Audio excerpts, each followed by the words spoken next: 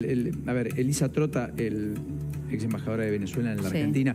Trota, ¿cómo le va? ¿Qué dice? El gusto de escucharla. Buenas tardes, la sumamos a la mesa. ¿Cómo está? Buenas tardes. Bueno, preocupada, por supuesto, por todo lo que está pasando, por lo que escucho. Acabo de escuchar lo que mencionaban del canciller Cafiero y creo que definitivamente no son cosas que deberían ir por un canal distinto. Hay mucho y la mayor responsabilidad de que todavía hoy no haya justicia en relación a las víctimas de AMIA la tiene Irán, que está encubriendo a los terroristas. Y la responsabilidad del gobierno argentino pasa no solo por colaborar con esa causa, sino por supuesto, prever la seguridad en el país. Ahora, Elisa, mientras esto sucedía, Nicolás Maduro estaba en Irán cerrando tratos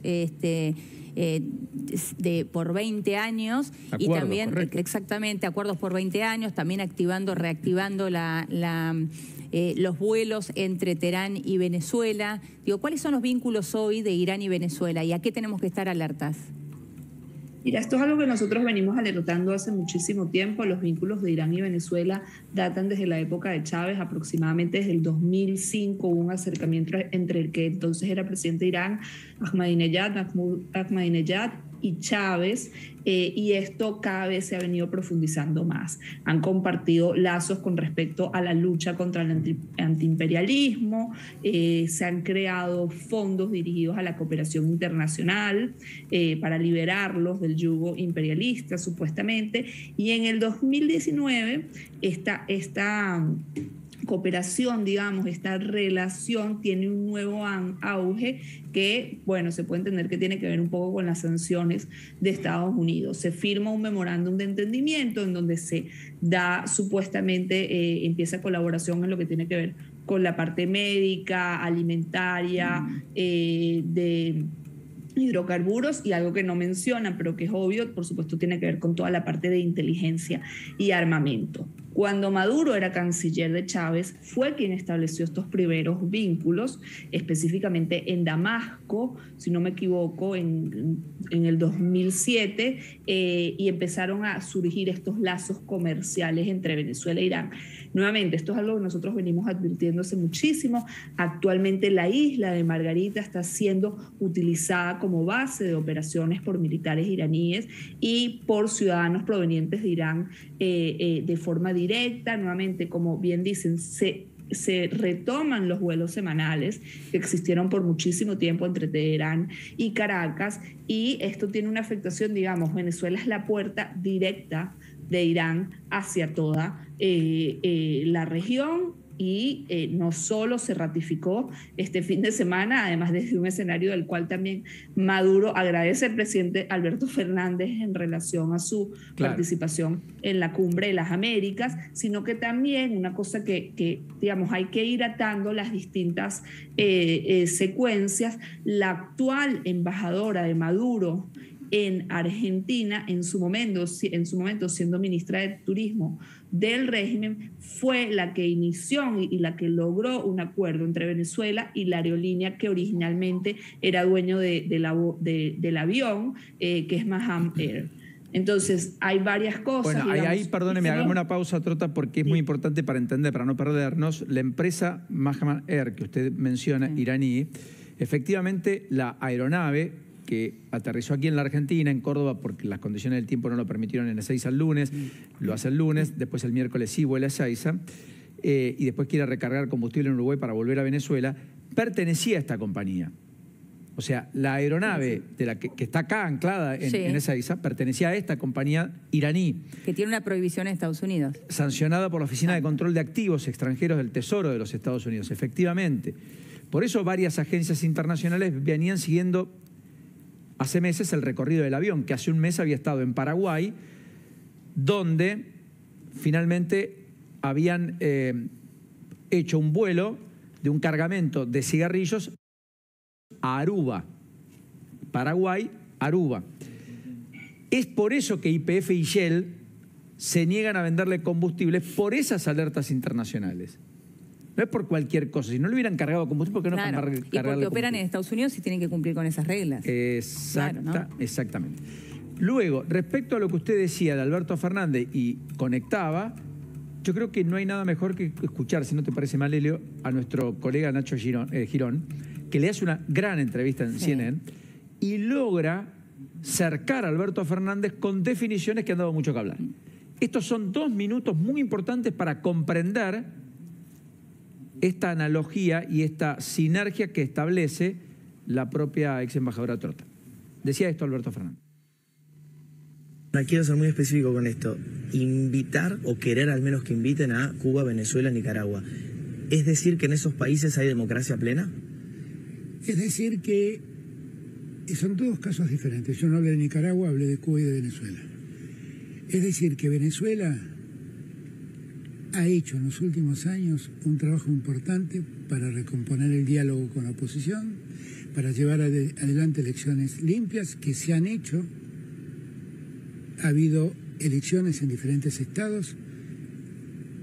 El chavismo perdió el estado donde nació Chávez y nadie cuestionó o impugnó esa elección. Nicolás Maduro no es un dictador como dijo Iván Duque.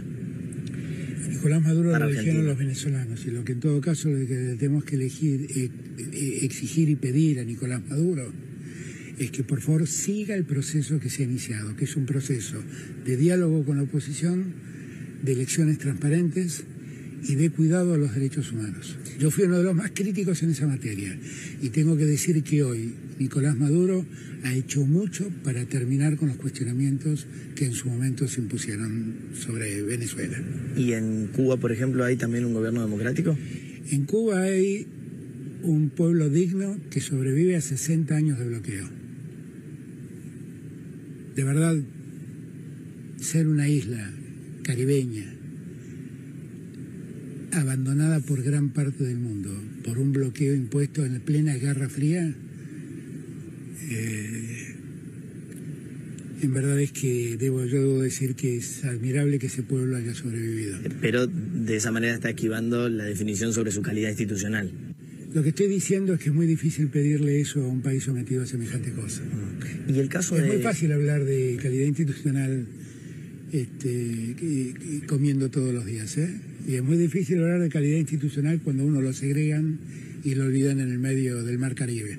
Y es muy difícil. ¿Y el presidente de Nicaragua, Daniel Ortega, es un líder democrático? Bueno, yo el caso nicaragüense no lo toqué puntualmente, aunque creo que debió haber estado, por lo menos debió haber sido invitado. Nosotros tenemos una mirada un poco más crítica sobre lo que pasa en Nicaragua. Gran trabajo de Nacho, ¿eh? Sí. La verdad que sí, gran trabajo. Ahora, Elisa, habla el presidente Alberto Fernández de que en Venezuela hay diálogo con la oposición, hay elecciones transparentes y limpias. Sí, no, es increíble, por no decir indignante, lo que escuchamos, creo que nada más alejado de la realidad, porque definitivamente, digamos, en Venezuela no hay elecciones limpias, nada, no tiene ninguna comparación en lo que ha dicho el presidente Alberto Fernández. Incluso esas elecciones a las que se refiere en el estado en donde nació Chávez justamente no fueron aceptadas por el régimen de Nicolás Maduro y por eso hubo que repetir estas elecciones. La misión que fue de la Unión Europea a Venezuela a observar estas elecciones fue literalmente echada del país y después no le permitieron el ingreso para que pasaran el reporte porque todo lo que decía el reporte evidentemente eran cosas negativas en todo lo que había que trabajar y cómo estas elecciones no habían sido transparentes ni con condiciones mínimas para llevarse adelante. Eso por un lado. Por otro lado, lo que tiene que ver en la materia de derechos humanos. Maduro es un dictador, es un criminal de lesa humanidad, actualmente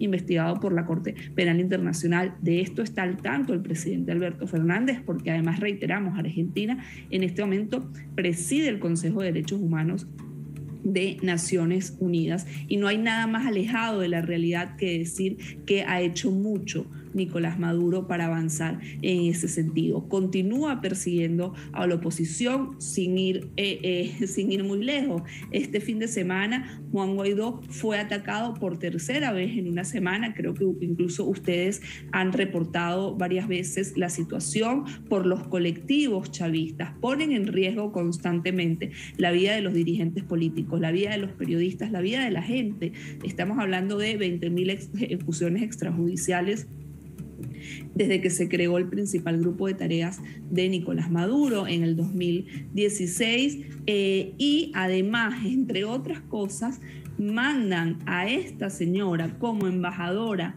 a Argentina, un país que ha vivido en primera persona el terrorismo iraní, que tiene vínculos estrechos, evidentemente, con algunas agencias iraníes. Y además el presidente Alberto Fernández sigue defendiendo a Maduro. Es algo que no podemos entender. Elisa, gracias por esta deferencia para con nosotros. Muy gentil, hasta la próxima, muy amable. Lamento las circunstancias. Gracias, buenas tardes.